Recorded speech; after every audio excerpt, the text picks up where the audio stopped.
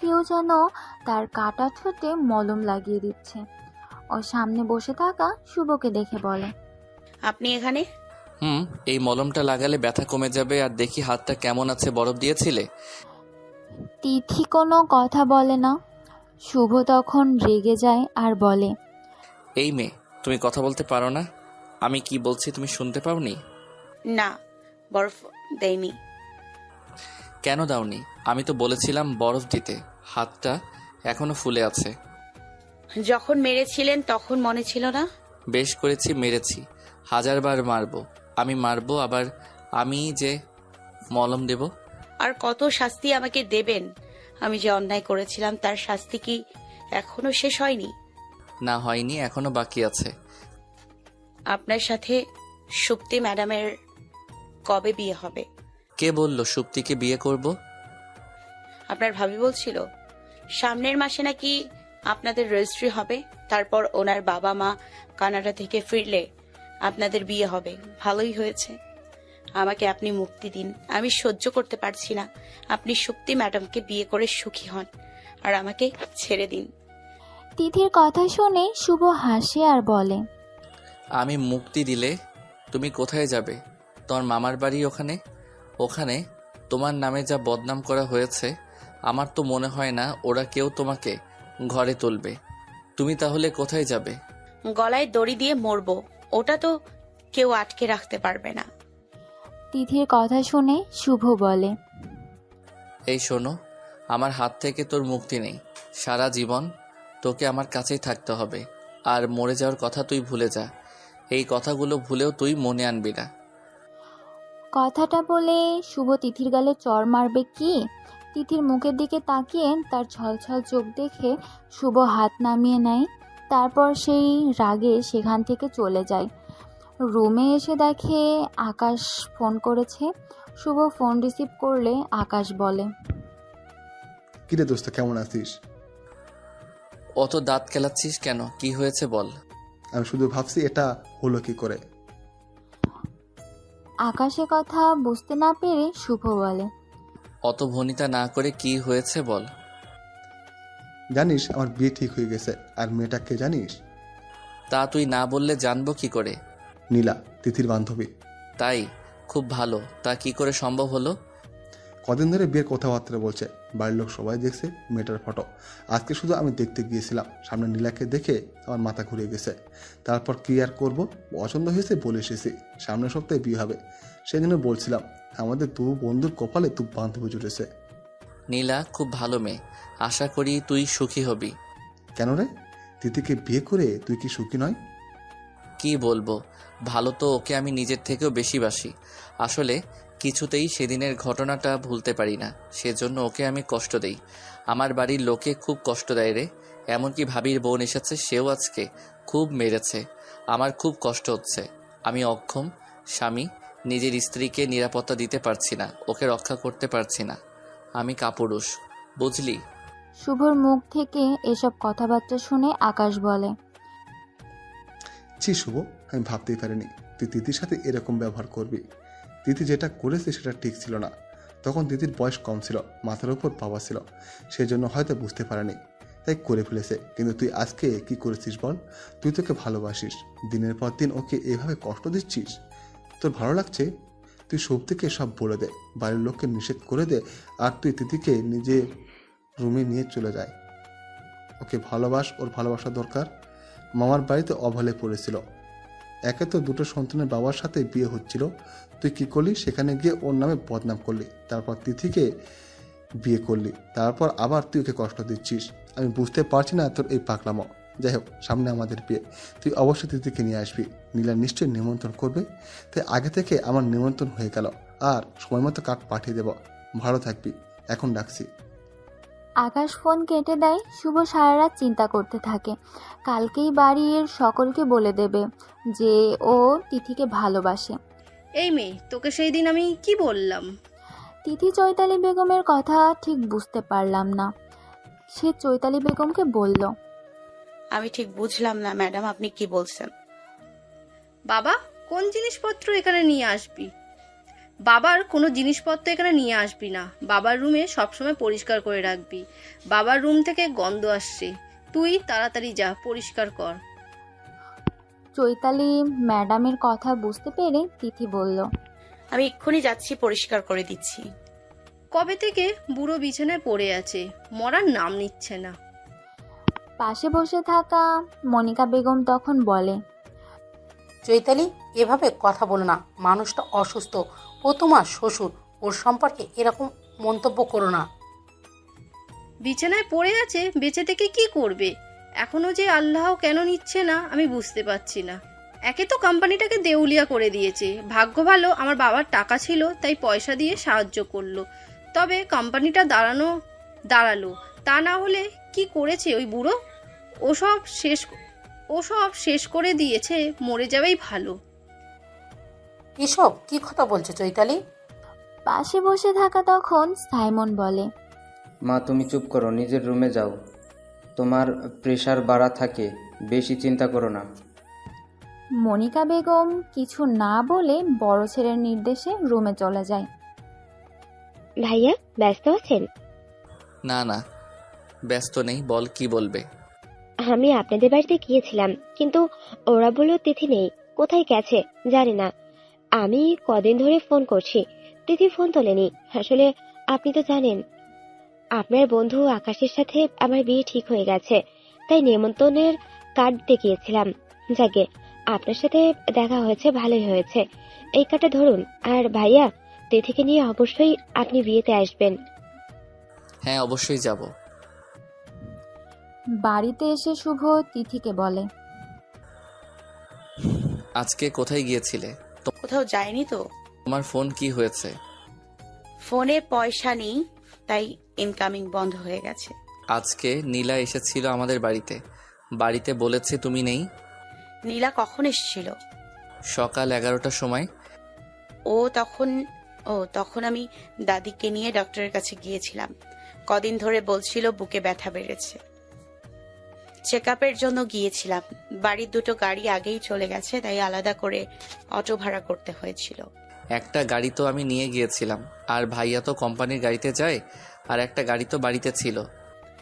ওই গাড়িটা চৈতালি ম্যাডাম ওনার বোনকে নিয়ে ওনার বান্ধবীর পার্টিতে গিয়েছিল।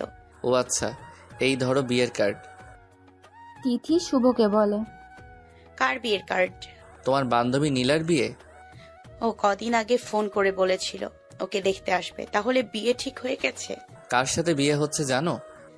কার সাথে বিয়ে হচ্ছে? বিয়ের কার্ড পড়ো, তাহলে সব জানতে পারবে।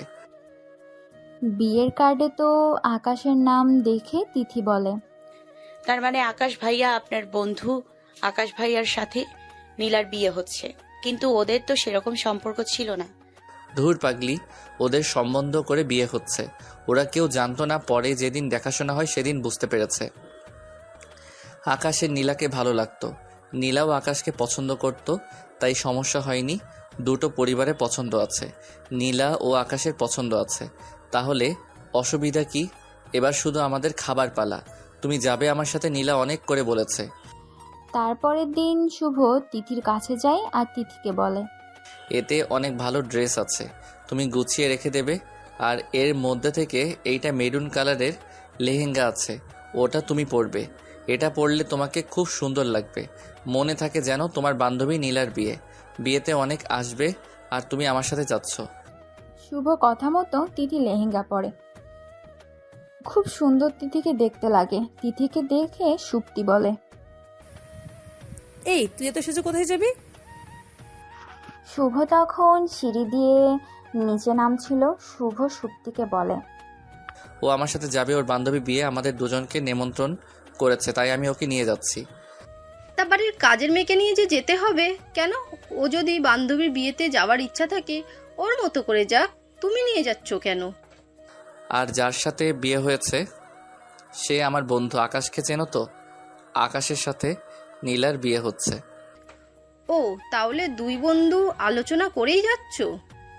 তিথি চলো, নীলা ফোন করেছিল, কখন যাব জানতে চাইছিল।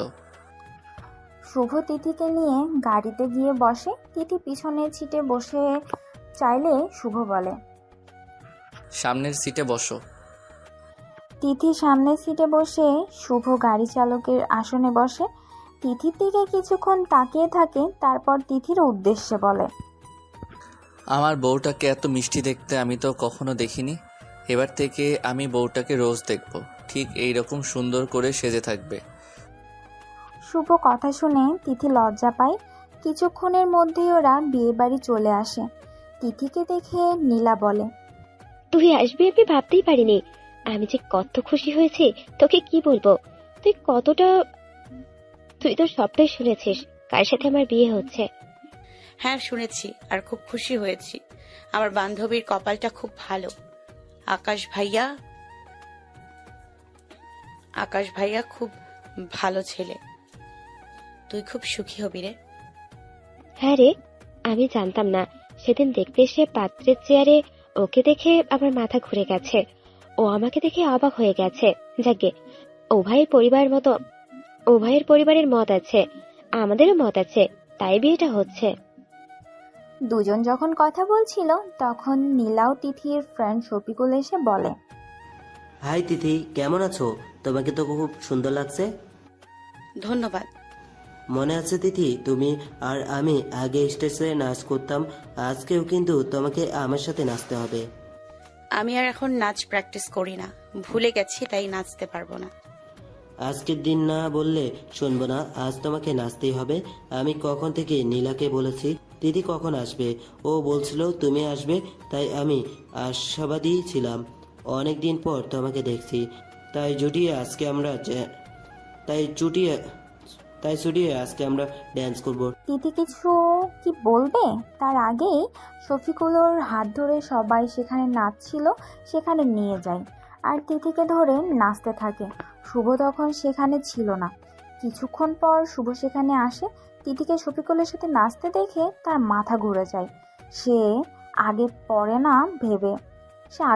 না ভেবে তিথির গালে চড় মারে আর সঙ্গে সঙ্গে তিথিকে সেখান থেকে নিয়ে চলে যায়।